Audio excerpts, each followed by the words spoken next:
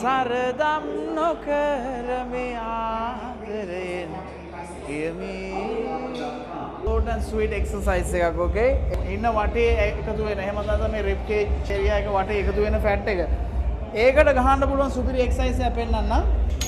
ඒකට මේ cable cross එක use කරලා අතනින් බරක් යොදාගත්ත ලොකු බරක් අවශ්‍ය නැහැ. මොකද fat burn කරන්න යන නිසා. මෙහෙම මේ පැත්තට පාත් තුනා මේ අත මෙහෙම තියාගෙන ඊට පස්සේ ආයේ මෙන්න මෙහෙම අකුල් දෙක තියා ලං කරගන්න. එහෙම හිටගත්තා. ඔළුවට අතක් තියාගත්ත එක අතක් අනිත් අතින් අල්ලගත්ත කේබල් එක ගහන්න තියන්නේ. ඕගොල්ලෝගේ මේ ඉන වටේ අනවශ්‍ය විදියට මේ දෙක එකතු වෙලා කැත වෙලා තියෙනවා නම් මේ එක්සර්සයිස් එක සුපිරි. ඕකේ. එක පැත්තට යන්න රෙපිටිෂන් මං කියන්නේ 20ක් 30ක් සමහරට ඊට වඩා යන්න පුළුවන් නම් ඊට වඩා යන්න more the better. Okay. ඒක වදිනව නේ හොඳ? Yes. අන්න එයාගේ කටින්ම බැලනම. ඔව්. ඒක වදිනව හොඳට. අනිත් පැත්තත් හැරිලා ඊට පස්සේ එහා පැත්තට ගහපු රෙපිටිෂන් සංඛ්‍යාව හා සමාන ප්‍රමාණයක් ගහන්න.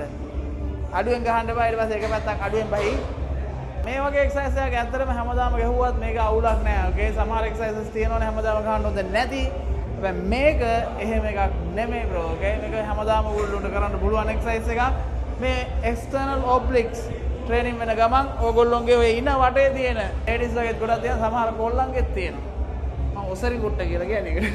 උඹට ඔසරි කුට්ටත් මේ fat එක අඩු කරගන්න මොකද මේ එක්සර්සයිස් එක තමයි කියලා දුන්නේ. මල්ලේ thank you. වැදුනා නේ ඒක? ඒක වදිනවා ටිකක් ගාලා යනවා.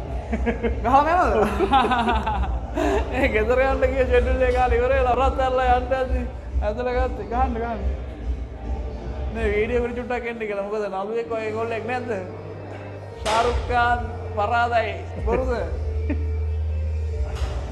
අසන ගොල්ලෙක් ඒ හින්දා මේ no homo okay I'm just appreciating his look.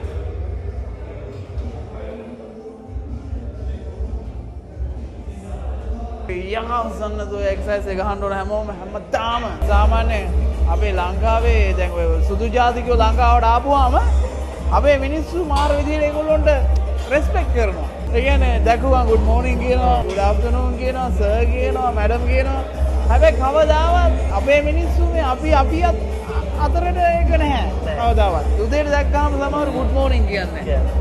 thank you කියන්නේ නැහැ. help එකක් කරපුවාම. කකුලක් පෑගුණත් බස් එකේදී වේවා ඇඟේ වැප්පුණත් sorry කියන්නේ නැහැ.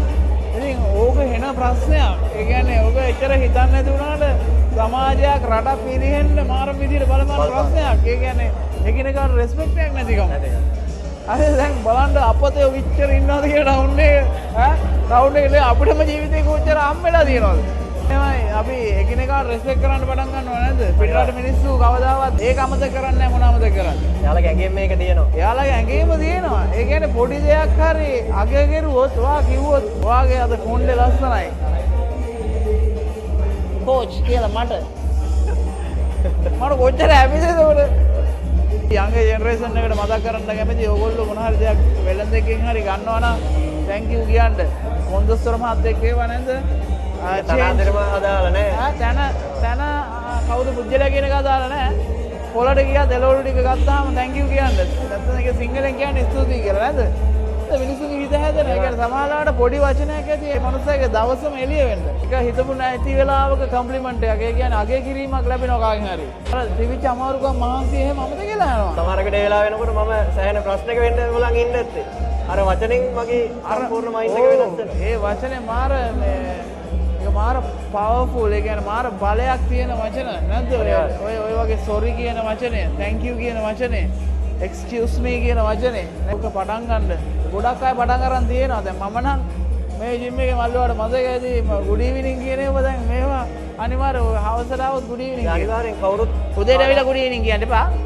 මං කියන්නේ අපි අපේ ජීවිත ලස්සන කරගන්න ඕන. ඒ කියන්නේ එකිනෙකාට ගරුත්වයෙන් රෙස්පෙක්ට් කරලා කතා කරන්න පුරුදු වුණොත් ඔන්න ඕකේ ඉබේම ඇති වෙයි නේද? ඒ කියන්නේ ඔයා අපි දෙන දේ තමයි අපිට ලැබෙන්නේ නේද? අදින් පස්සේ එහෙම ස්තුතියි කියන්නේ නැතුව, excuse me කියන්නේ නැතුව, sorry කියන්නේ නැතුව නේද? welcome කියන්නේ නැතුව, good morning කියන්නේ නැතුව කෙනෙක් හිටියනම් අද ඉඳන් මතක තියාගන්න ඕන මේ දේවල් පටන් ගන්න. මොකද ඔයාට මිනිස්සුත් ඊට පස්සේ ගරු කරන්න ගන්නවා නේද? අපිට කරොත් අපිට අනිත් පැත්තට ඒක ලැබෙනවා. අපි මේ දේවල් කියන්නේ අහනුන් දාලා